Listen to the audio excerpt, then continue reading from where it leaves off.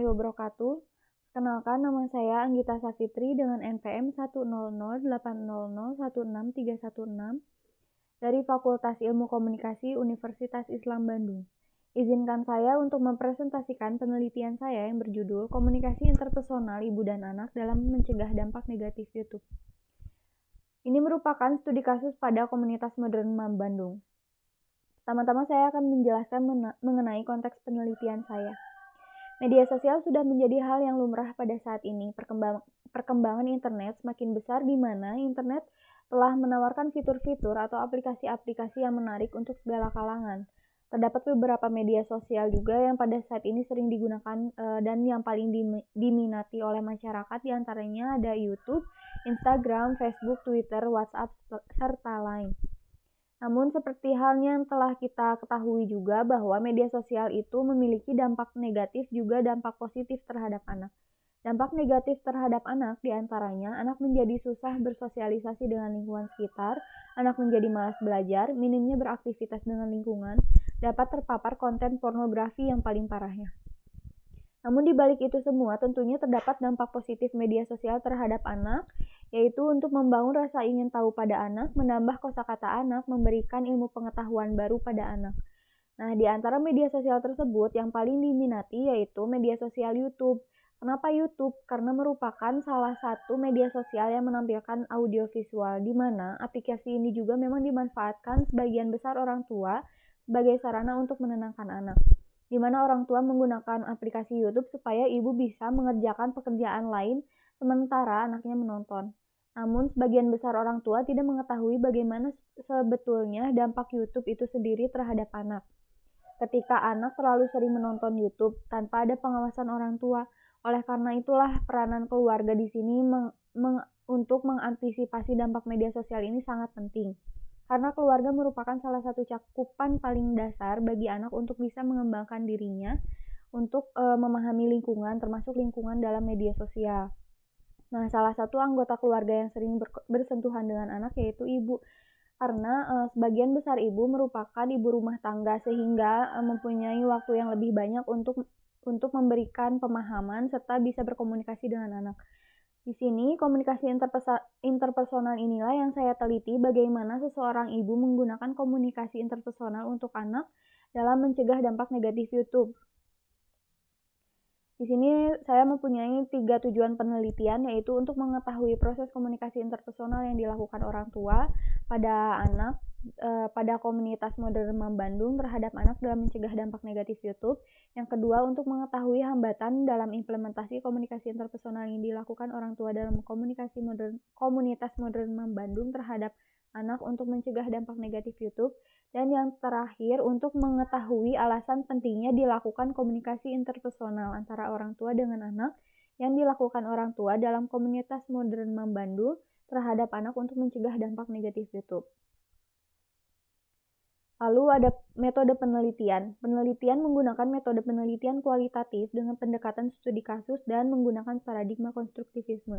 Key informan di sini yaitu member dari komunitas modern MAM Bandung tersebut.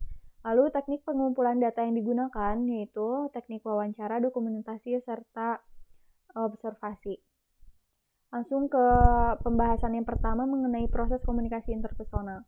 Perlu kita ketahui juga bahwa anak memiliki karakteristik yang unik, sehingga ibu harus memahami betul karakteristik anak ketika akan melakukan diskusi dengan anak.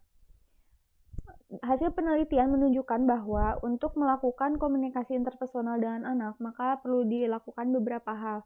Proses yang pertama, ibu perlu memahami bagaimana kondisi dan situasi anak.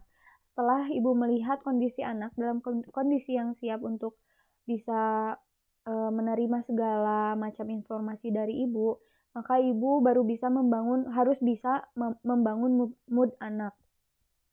Lalu ketika mood anak sudah terbangun, kemudian ibu baru bisa berbicara. Namun tentunya sebelum ibu berbicara, ibu perlu mendengarkan anak terlebih dahulu.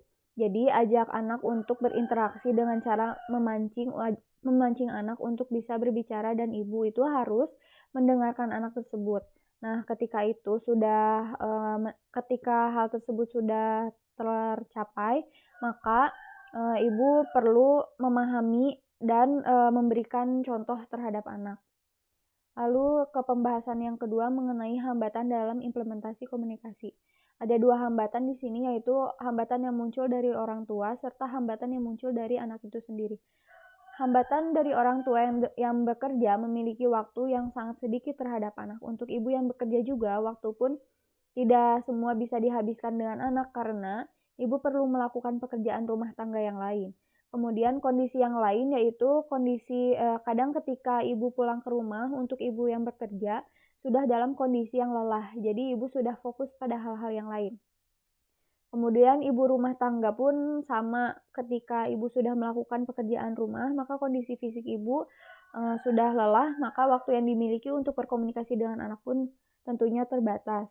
Kemudian hambatan yang dari anak itu sendiri yaitu emosi anak yang naik turun serta anak belum bisa memahami pesan yang disampaikan oleh ibu, sehingga ibu perlu memiliki kemampuan bagaimana menganalisis sebuah bahasa supaya bisa dipahami oleh anak tersebut.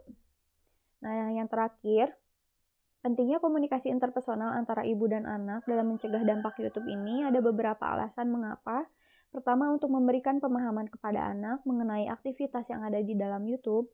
Dengan komunikasi interpersonal, ibu bisa memberikan pemahaman secara langsung apa yang anak tonton di dalam YouTube tentunya. Yang kedua, mengurangi atau mengikis habis dampak negatif YouTube, karena ketika anak sudah paham, maka ia bisa tahu bahwa peniruan terhadap tayangan yang ada di YouTube bukan suatu hal yang baik. Memberikan pemahaman norma-norma yang benar, terus kemudian membangun rasa nyaman. Ketika anak sudah nyaman, maka ia akan menceritakan apapun yang ada di dalam YouTube. Lalu mengontrol tayangan anak juga merupakan salah satu alasan bahwa komunikasi interpersonal itu penting, sehingga anak bisa mengikuti apa yang diperintahkan oleh ibunya. Dan yang terakhir, untuk mempengaruhi dan meyakinkan konten YouTube yang bisa ditonton oleh anak. Lalu ada kesimpulan dari proses komunikasi interpersonal orang tua kepada anak dalam mencegah dampak negatif YouTube. Di antaranya harus melihat situasi dan kondisi anak terlebih dahulu dan membangun mood anak, mendengarkan anak, memahami anak, serta mencontohkan kepada anak. Sekian presentasi dari saya. Wassalamualaikum warahmatullahi wabarakatuh.